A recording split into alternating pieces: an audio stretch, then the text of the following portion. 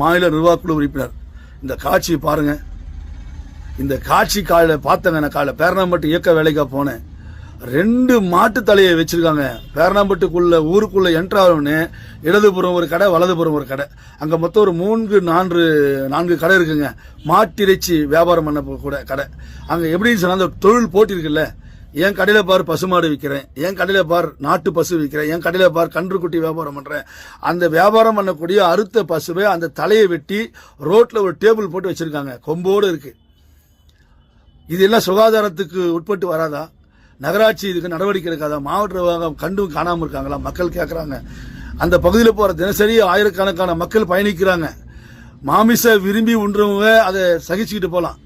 மாமிசமே சாப்பிடாதவங்க, பசுவை தெய்வமா வணங்குறவங்க, விவசாயத்தை நம்பி தொழில் செய்யக்கூடியவங்க, காளை மாட்டை வணங்குறவங்க, அந்த பார்த்தவொடனே அவங்க மனசு எப்படிங்க பதபதிக்கும்?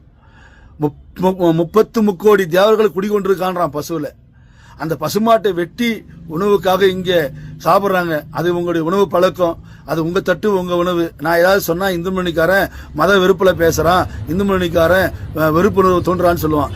எங்க நோக்கம் வெறுப்புணர்வு தோணலங்க. சட்டம் தன் கடமை செய்தா. பேரணாம்பட்டில் இருக்கின்ற சுகாதார ஆய்வாளர் என்ன பண்றாரு? அந்த கறியை சுகாதாரமா இங்க வியாபாரம் பண்ணும். மாவட்ட ஆட்சியர் அந்த பக்கம் பயணிக்கிறாங்க, எஸ்பி அந்த பக்கம் பயணிக்கிறாரு, தினசரி நகரமன்றத்தினுடைய கமிஷனர் அந்த பக்கம் போறாரு. இவங்கெல்லாம் பார்க்கணுமா இல்லையா? பார்த்து ஏப்பா நீ கறி வியாபாரம் பண்ணு, சட்டவிரோதமா இருக்கு, சுகாதார சீர்கேடா இருக்கு, நீ கொஞ்சம் மறைவில் வியாபாரம் பண்ணு, திரையை போடு, அங்க வந்து எந்த விதமான கொசுவோ ஈயோ எந்த விதமான கிருமி தொத்துவும் இல்லாம அந்த கறி வியாபாரம் பண்ணு, கிருமி தொத்து உண்டாகும், நோய் உண்டாகும், நீ சுகாதார அற்ற முறையில் வியாபாரம் பண்ற அப்படின்னு சொல்லணுமா இல்லையாங்க? மாட்டோட தலையை வெட்டி வச்சிருக்கான், மாமிசத்தை அப்படியே மலை போல தொங்க விட்டுருக்காங்க. வெட்ட வெளியிலங்க ஆயிரக்கணக்கான மக்கள் போறான். மனசு பாதிக்குமா பாதிக்காதா? கேட்டா இது சிறுபான்மை உணவுன்னு சொல்லுவாங்க. உணவு என் தட்டு என் உணவுன்றாங்க. நான் அதில் தலையிட இல்லை.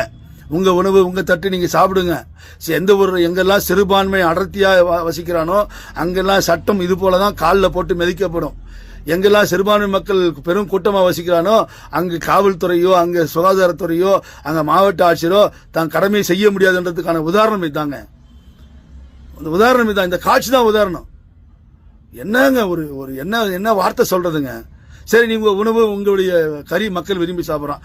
அதே அந்த ஊர்ல இருக்கிற ஒரு ஹிந்து முடிவு பண்ணி நான் என்னுடைய இடத்துல, என்னுடைய சொந்த இடத்துல கடை வாடகை எடுத்து பன்றி இறைச்சி வியாபாரம் பண்ண போறேன், இங்கு சுத்தமான பன்றி கறி கிடைக்கும், விரும்பும் வாங்குங்க. பன்றி கறி சாப்பிட்றவங்க நிறைய பேர் இருக்கிறாங்க கிராமத்துல, நகரத்துல தான். அந்த பன்றி கறி கிடைக்கும் சொல்லி நான் ஒரு பன்றியை கொண்டு வந்து வெட்டி அந்த பன்னி தலையை கொண்டு வந்து பேரணாம்பட்டு பொது வீதியில வச்சு வியாபாரம் பண்ணா இந்த அரசு வேடிக்கை பார்க்குமா? வழக்கு போடுமா? இந்த அரசு என்ன பண்ண? முஸ்லீம் அப்படியே கொதிச்சு எழுந்துருவான். எங்களுடைய மத உணவுக்கு எதிராக இங்க பன்றி இறைச்சி கடை வச்சிருக்காங்க, உடனே ஆகட்டும். அப்ப மாட்டு இறைச்சி கடை வச்சுக்கிறிய, நீ வச்சு வியாபாரம் பண்ண, திரைமறைவில் வச்சு வியாபாரம் பண்ண, சுகாதார கேடு இல்லாம வியாபாரம் பண்ணமா இல்லையா? இங்க இருக்கிற சுகாதார ஆய்வாளர்கள், இங்க இருக்கிற காவல்துறை, இங்க இருக்கிற மாவட்ட நிர்வாகம் உடனடியா அந்த கடையை அகற்ற சொல்லல. திரையிட்டு மக்களுக்கு, பயணிக்கக்கூடிய பொதுமக்களுக்கு அருவருக்கத்தக்க காட்சி தன் கண்ணில் படாம இருக்கணுங்க. அருவருக்கத்தக்க காட்சி. யார் மனசு புண்படாம இந்த சட்டம் சொல்லுது. யாராவது மனசு புண்பட்டா அந்த புண்பட்ட மனசுக்கு அதை நிவர்த்தி செய்யக்கூடியது அரசு சட்டம் சொல்லுது. எந்த ஒரு செயலும் பிறருடைய மனசு புண்படக்கூடாதுன்னு சொல்லி நம்ம அரசியல் சாசனம் சொல்லுதுங்க. இந்த செயல் இன்னைக்கு அங்க இருக்கிற இந்துக்களுடைய மனசு புண்படுது. அந்த பகுதியில் பயணிக்கக்கூடிய கோடான ஆயிரக்கணக்கான மக்களுடைய உணர்வுக்கு மதிப்பளிச்சு வியாபாரம் பண்ண அவர் பண்ணக்கூடிய இடமும் பாத்தீங்கன்னா அரசுக்கு சொந்தமான சாலை ஓரம், பட்டா இடத்துல இல்ல.